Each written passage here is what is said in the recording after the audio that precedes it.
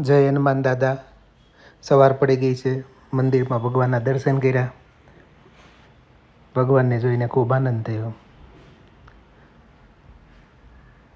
ત્યારબાદ આપણે થોડુંક ચાલવા ચાલ્યા ગયા.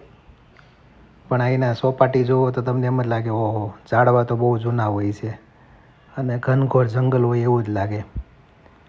પછી ઘડીક થાકી ગયા તો બેસી ગયો.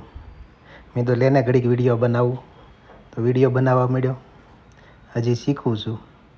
થાકી ગયા પછી ભૂખ લાગી તો હાલો મેં તો ઢોસા ખાવા જ આવી.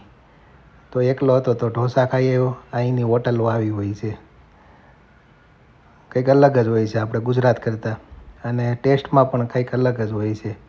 આ લોકોનો ટેસ્ટ એટલે જોરદાર. શરદી થઈ જાય એટલે આ લોકોનો સૂપ પી લ્યો એટલે તમારી શરદી ગાયબ થઈ જાય અને વજન પણ તમારું કંટ્રોલમાં રહે. પણ મારું તો વધી ગયું છે.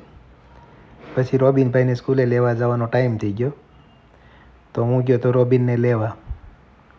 તો જો રોબિનભાઈ દેખાતા છે, હમણાં મને ભાળે જશે એટલે દોડતો દોડતો આવશે. આમાં વિડીયોમાં જોવાય છે.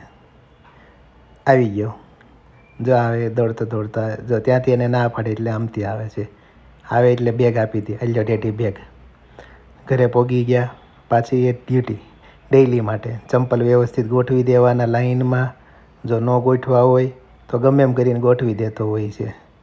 અને મને પણ કહેતો હોય છે, પપ્પા તમે ચંપલ લાઈનમાં ગોઠવો ને, એમ કરીને મને ગોઠવવા. જો એક ચંપલ બધા લાઈનમાં ગોઠવશે.